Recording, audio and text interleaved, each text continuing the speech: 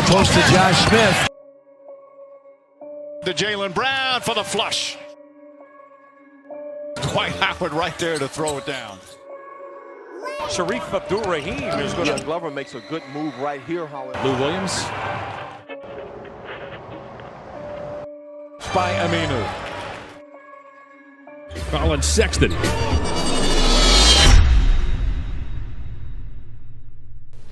That's my first state championship out in College Park. First one of them. And that's, to be real honest with you, they were good. And I was just learning how to coach. But I often say this a lot of times, sometimes teams win in spite of the coach. You know what I mean? They're just good, But one thing I could do, I could organize them, physical shape, good physical shape. And number two, we knew exactly what we were doing. Donald Dollar, born and reared in College Park, Georgia. And also educationally, high school. I went to a place called South Fulton. It's defunct now, it's not there anymore. Tri-Cities replaced that. And of course, I went to Morehouse College in Atlanta.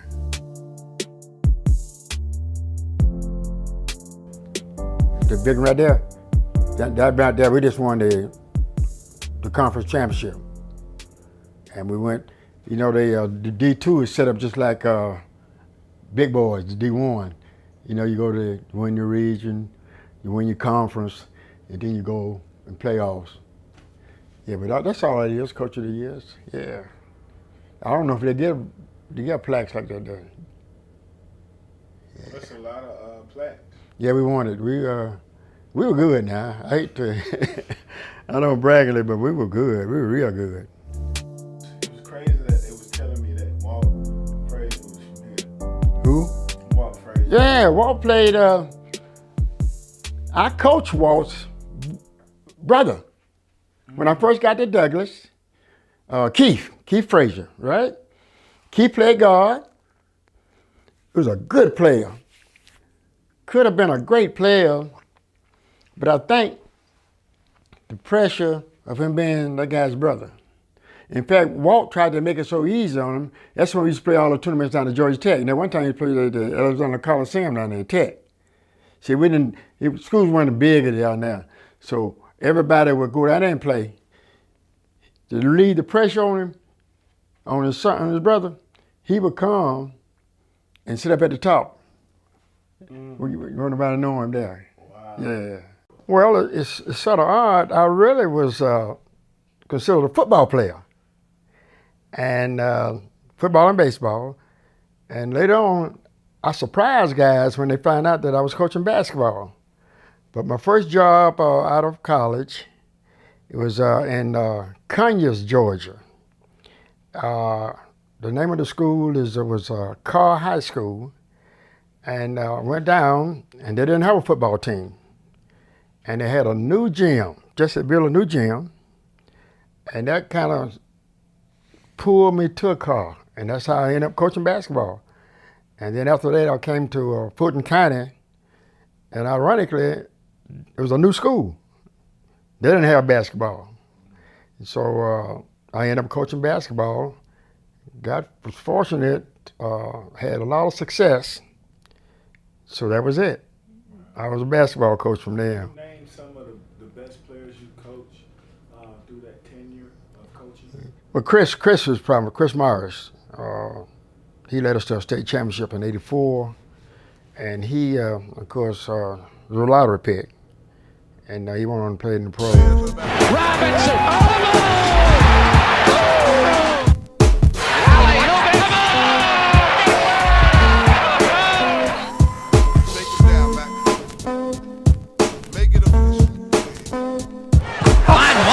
On the follow. Whoa!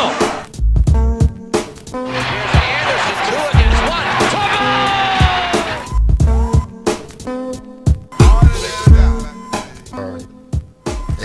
Harold Ellis, don't know if you ever heard his name. He left. He was picked. He started out at Denver, and up at New York. In fact, he's an administrator in the league now in New York. Yeah, New York Knicks. He worked for the New York Knicks.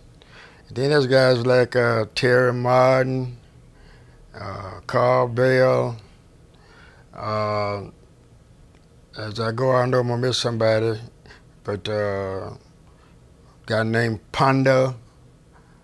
Wow, out of that group, I'm gonna miss some of them. Is that I've been lucky to have over 30 guys, 35 guys that went D1, and that's kind of my two guys. Cameron went to UCLA. Chad went to South Florida.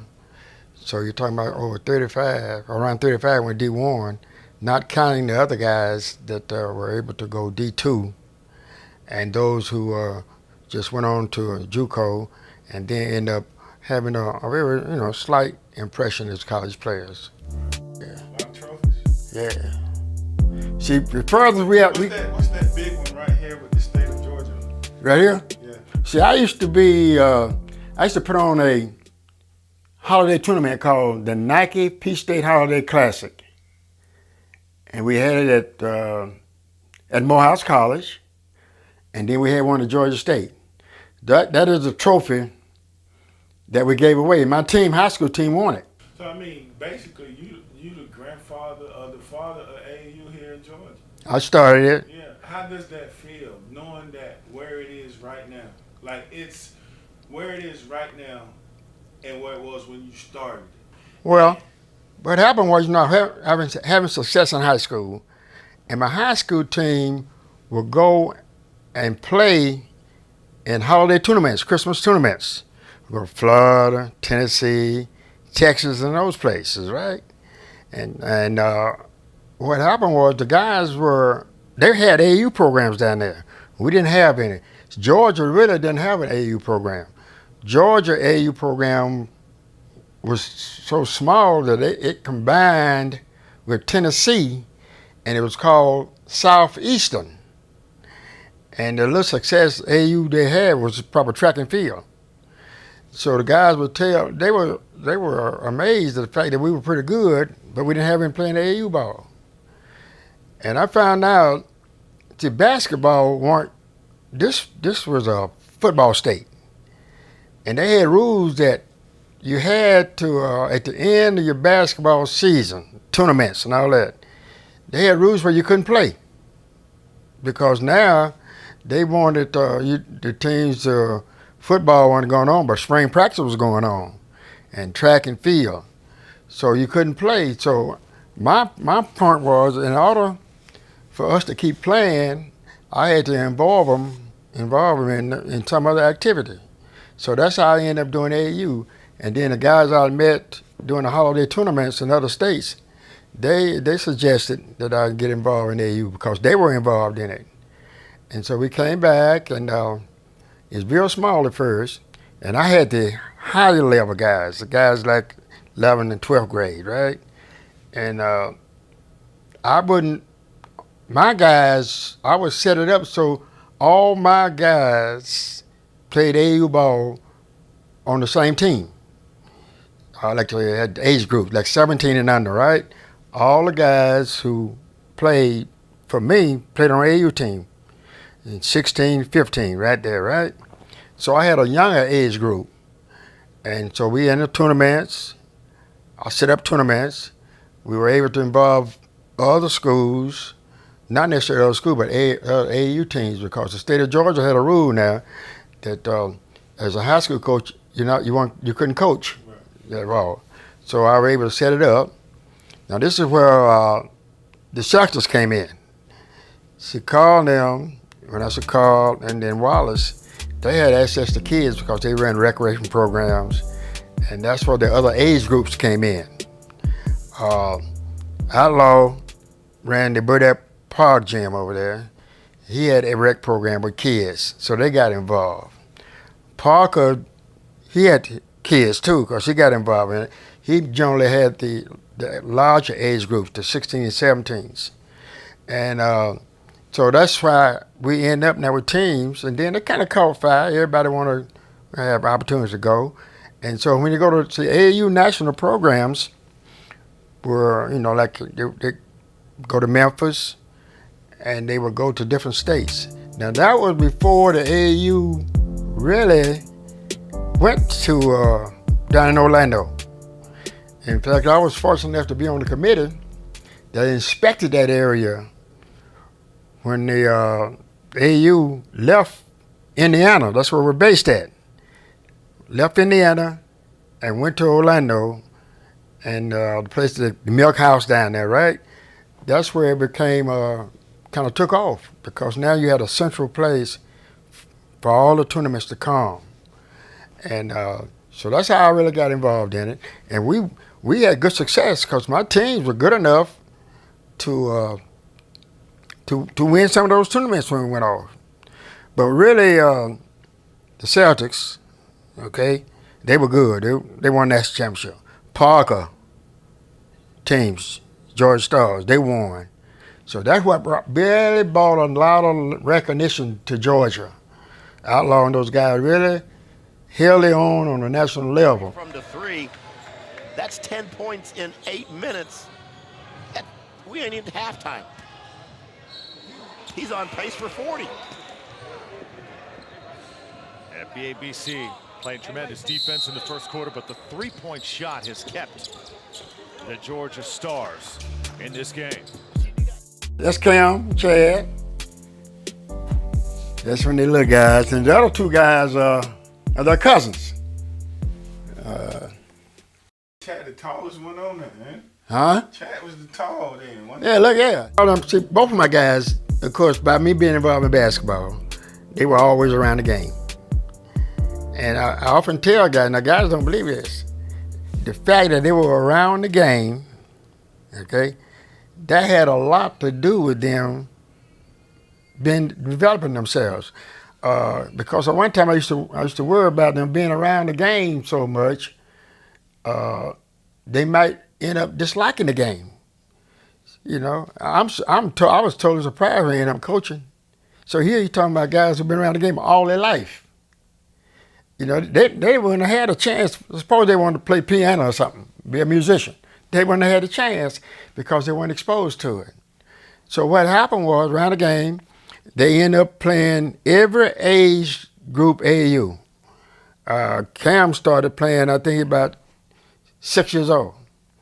Chad started about 8. I'm talking about from 7 under, 6 and under, and they always played ahead. Like one time, Cam played, and when he was 14, he played in 5 age divisions before they changed the rule. He played with the 14s, the 15s, 16s, 17s, 18s. So he played with all those guys. See, Chad played on about 2 or 3 age groups. And that's where Cam won his first award. That's Chad thing over there.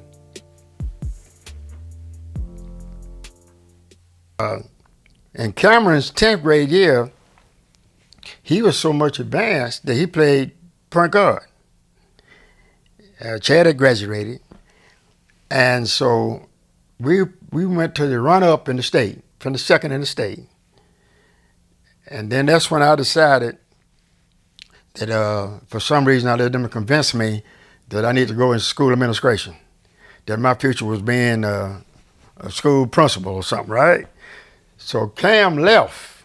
He had some schools around, high schools around here he could have gone to. In fact, right now we live in the Tri-Cities area, right? Could have gone there, had a good friend of mine coaching over there, a guy named J.J. Davis. But we end up going to prep school.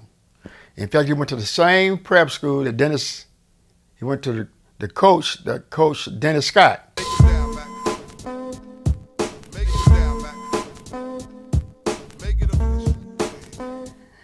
And I heard that I called Coach Cremens, Bobby Cremens, and he recommended this guy.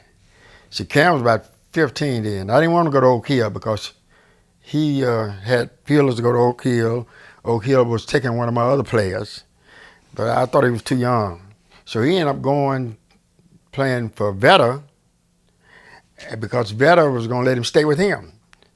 And so by being, they moved around. They went to Hawaii. They just moved around. So UCLA saw him playing in a tournament in Long Beach. And they recruited him from there. Wow. That was the article put there. So the big change make big change. All right? So that's when Cam coming in, and that was the headlines. Yeah. That's good stuff. Yeah. So he came in and played. I think he had about 10 points, maybe about 6 or 7 assists. Didn't turn the ball over not one time. Here's a guy, a freshman guard now. And they're playing Arkansas. You know, Arkansas just won the state national championship. Cameron Dollar coming in for Tyus Edney. Dollar, a 6'1 sophomore from Atlanta, Georgia, coached by his father in high school, has a brother Chad who played at Clemson this year. Now in Chad's case, Chad went to Chad's head office too. He had Pittsburgh, St. Louis, South Florida, right? He goes to Pittsburgh, snowing like the devil. St. Louis is cold, right? Those are the first two. Then he goes to South Florida, and you know who won that one? The weather. Yeah, weather won that one. How does that feel, knowing that where it is right now? Like, it's where it is right now and where it was when you started. Okay, now it's a little bit different now, because when it started, it was more, the shoe companies got involved.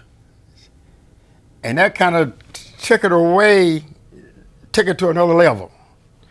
The shoe companies got involved. Guys started using, the SS funds that was given to them by AAU.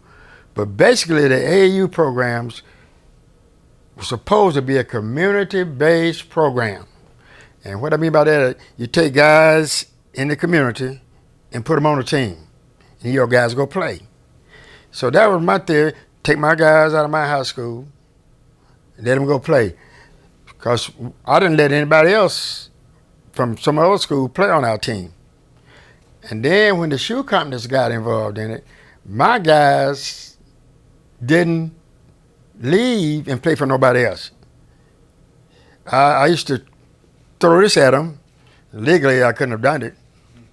But if you go play with them in the summer, go play for them in the fall or in December. It's kind of, you know. But then after a while, it became so big that even that didn't stop him. So the Stars were able to, he Nike-based, so he was able to get guys, Celtics, with their Adidas and all those kind. I know with Nikes, those kids started playing for them. And some of those guys were able to get kids from Georgia, like South Georgia. Those guys would go down there and involve the whole state in it. So it became, at one point, it had to be the top program in the AAU circuit. Right. Georgia was. Yeah. Do you think, and now, you had 3 kids drafted in the top 20 this year from Atlanta. Mm-hmm. You have Josh Smith, you got Dwight Howard, you have so many, Lewis Williams, you have so many kids from Atlanta that playing professional ball. Do you think that we're supposed to be known for football? Okay. Do you think that we're like in the top state in the country when it comes to basketball? You have to say one of the top, because now you still got you got LA and Chicago and Houston and New York, right? They're up there. They're not putting them out like they're not putting them out. So you got an argument about whether Georgia is the top. If it's not 1, it got to be 1A. You know what I mean? It's got to be up in there, considering the fact that so many guys are coming out this state. It's important. If you're going to go to, I tell all our kids, if you go to college, you're going to athletic scholarship. It is called reciprocal exploitation, so to speak. A college coach, his job is on the line. Honestly, this is a business, bottom line.